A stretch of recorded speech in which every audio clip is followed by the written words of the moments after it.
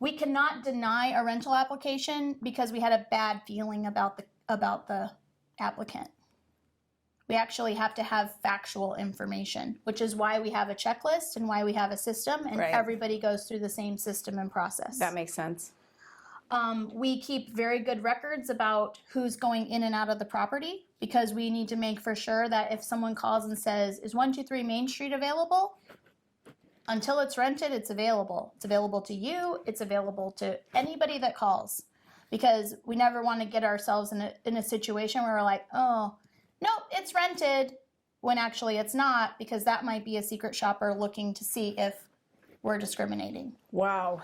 So there's lots of different ways you could be discriminating or have discriminating actions and not even realize it. Yeah, not intentionally be doing it.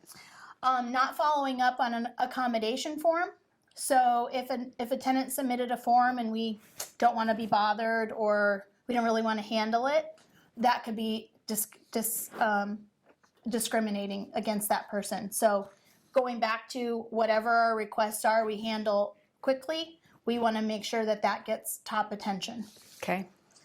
Telling someone that they can't bring their service animal because we don't allow pets. A service animal is not a pet. So we can't actually tell them no. If they have that 3-part test, they have a disability, and we know what the service the animal performs for them, we actually have to allow that service animal. So if, like I said at the beginning, if I absolutely will not tolerate any animals in my property, then I probably shouldn't put it up for rent. You probably shouldn't put it up for rent. Even if I did it and you didn't do it, it doesn't matter. The fact that I'm putting it up and making it available and asking for a tenant means that I can't fully restrict animals. Correct. Interesting. So you'll have to plan and budget for the remediation of the cleaning the carpet or cleaning the air.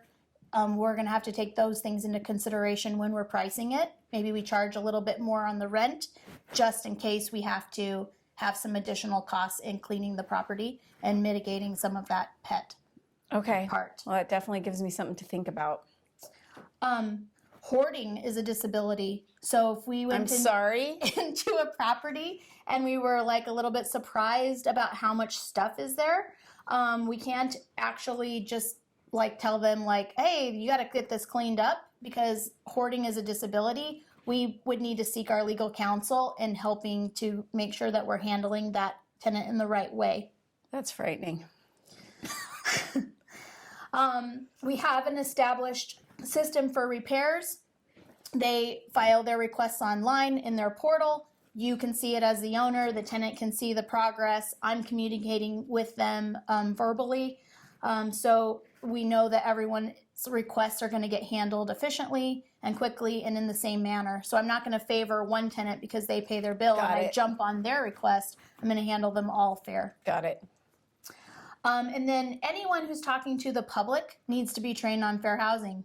So you as that owner who maybe has their own idea of what they want, I want to be the person who's talking to the tenant because I want to make for sure that you're not going to say anything that would get me in trouble. Yep. Yeah. So all really good reasons to hire a property manager to keep you out of hot water and me out of hot water. And then we'll decide if we want to work together. Okay. That sounds great. So thanks for tuning in to our Property Management Minute. If you want to get more information or talk about any more of these topics, you can check us out at patpm.com.